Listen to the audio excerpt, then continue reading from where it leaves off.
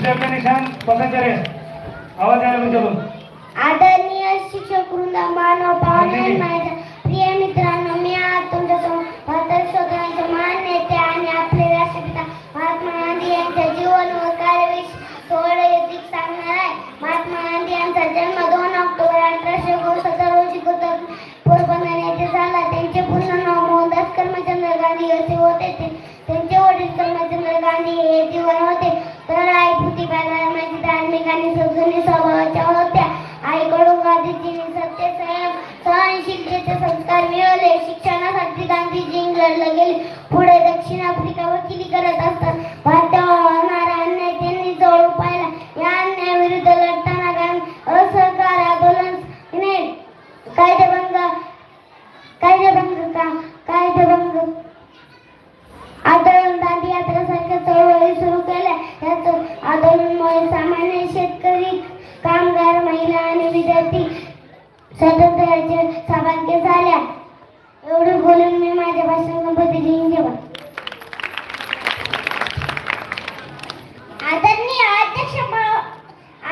अध्यक्ष, माननीय शिक्षक वृंद आणि माझ्या प्रिय मित्रांनो, आज मी आपल्यासमोर भारताच्या पहिल्या महिला शिक्षिका आणि थोर समाज सुधारक सावित्रीबाई फुले यांच्या जीवन कार्याविषयी थोडेसे सांगणार आहे. सावित्रीबाई फुले यांचा जन्म 3 जानेवारी 1831 रोजी सातारा जिल्ह्यातील नायगाव येथे झाला. त्या काळात मुलींना शिक्षण घेण्याचा अधिकार नव्हता. समाजात अंधश्रद्धा आणि भेदभाव मोठ्या प्रमाणात होता. पण सावित्रीबाई फुले यांनी चित्र बदलण्याचे धाडस केले. महात्मा ज्योतिबा फुले यांच्या मार्गदर्शनाखाली त्यांनी पुणे येथे मुलींसाठी पहिली शाळा सुरू केली.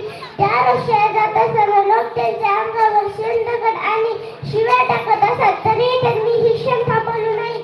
त्या म्हणत असतात, शिकणे हेच खऱ्या मुक्तीचे साधन आहे. सावित्रीबाई फुले यांनी शिक्षणाचाच नाही तर स्त्रियांच्या हक्क, विधवांचे पुनर्विवाह, बालविवाहाला, अस्पृश्यते विरोध आणि अस्पृश्यतेविरुद्ध लढा दिला.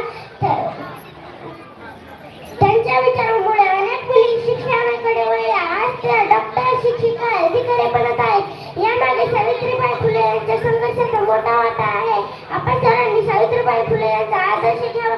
शिक्षणाचे महत्त्व ओळखून मुलगा-मुलगी असा भेद न करता सर्वांना समान संधी द्यावी. त्यांचे कार्य आपल्याला नेहमी प्रेरणा देत राहील. धन्यवाद. जय हिंद, जय भारत.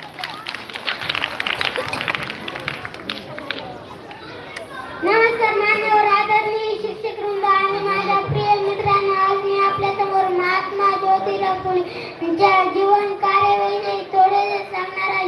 महात्मा ज्योतिराव फुले हे थोर समाज सुधारक, विचारवंत आणि शिक्षण क्रांतीचे जनक होते. त्या काळात समाजात जातीभेद, अंधश्रद्धा आणि स्त्री शिक्षणाबाबत मोठी असमानता होती.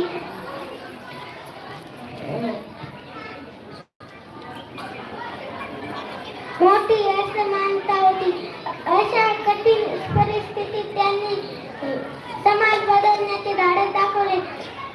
महात्मा फुले यांनी सावित्रीबाई फुले यांच्या सहकार भारतातील पहिली मुलींची शाळा सुरू केली. त्यांनी केवळ शिक्षणाचा प्रचार केला नाही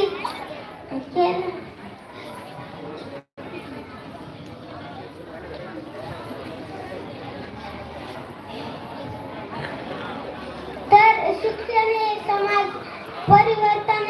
परिवर्तनाचे प्रभावी साधन आहे हे सिद्ध करून दाखवले. स्त्रिया, शूद्र आणि अतिशूद्र यांना शिक्षणाचा हक्क मिळावा यासाठी त्यांनी आयुष्यभर संघर्ष केला.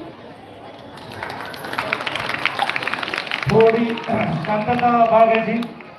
सर्वांना विनंती आहे.